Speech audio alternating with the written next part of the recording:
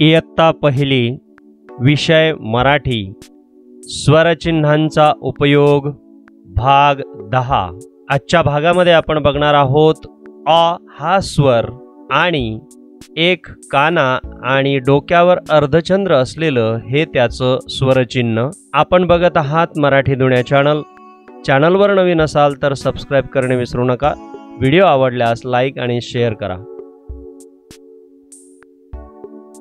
अ पासून आहा पर्यंतचे स्वर आणि त्याचे स्वरचिन्ह आपण स्वरचिन्हांचा उपयोग भाग 1 मध्ये पाहिलेली आहेत। हा व्हिडिओ बघण्यासाठी उजव्या कोपऱ्यावरील आय बटनवर क्लिक करून आपण तो व्हिडिओ पुन्हा बघावा।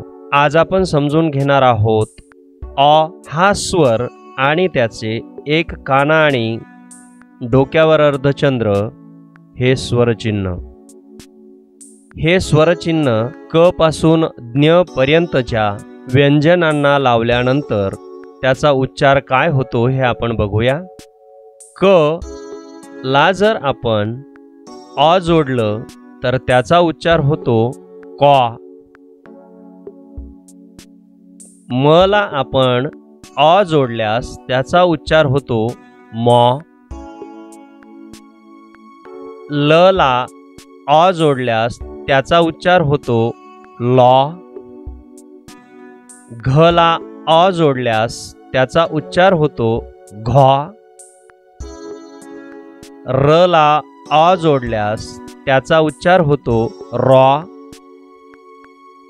ब ला अ जोडल्यावर त्याचा उच्चार होतो ब। न ला अ जोडल्यावर त्याचा उच्चार होतो न। स ला अ जोडल्यावर त्याचा उच्चार होतो स्वा। प ला अ जोडल्यानंतर त्याचा उच्चार होतो प। त ला अ जोडल्यानंतर त्याचा उच्चार होतो त्वा। च ला अ जोडल्यानंतर त्याचा उच्चार होतो च्वा। ह ला अ जोडल्यानंतर त्याचा उच्चार होतो ह।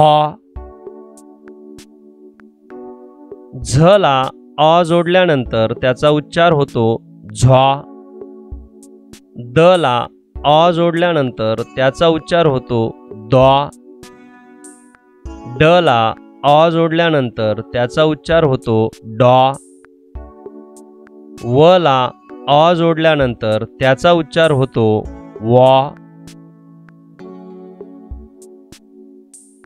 ग ला अ जोडल्यानंतर त्याचा उच्चार होतो ग। ध ला अ जोडल्यानंतर त्याचा उच्चार होतो ध। य ला अ जोडल्यानंतर त्याचा उच्चार होतो य। फ ला अ जोडल्यानंतर त्याचा उच्चार होतो फ।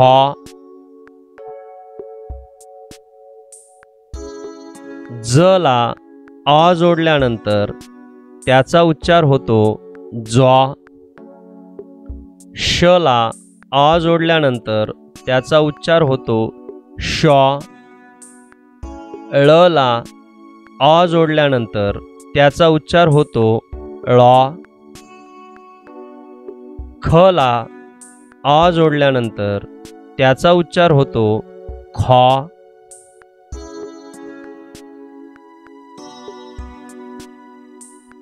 छ ला अ जोडल्यानंतर त्याचा उच्चार होतो छ। ट ला अ जोडल्यानंतर त्याचा उच्चार होतो ट। ठ ला अ जोडल्यानंतर त्याचा उच्चार होतो ठ। ढ ला अ जोडल्यानंतर त्याचा उच्चार होतो ढ। न ला अ जोडल्यानंतर त्याचा उच्चार होतो न। थ ला अ जोडल्यानंतर त्याचा उच्चार होतो थ। ळ ला अ जोडल्यानंतर त्याचा उच्चार होतो ळ। भ ला अ जोडल्यानंतर त्याचा उच्चार होतो भ। भॉ.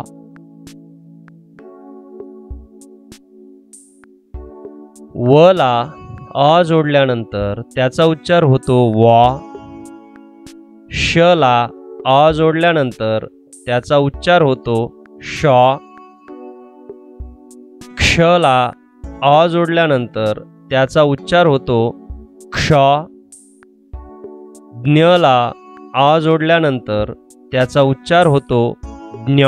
अशा पद्धतीने आपण अ आणि त्याचं स्वरचिन्ह याबाबत माहिती बघितली. व्हिडिओ आवडल्यास लाईक आणि शेअर करणे विसरू नका. धन्यवाद.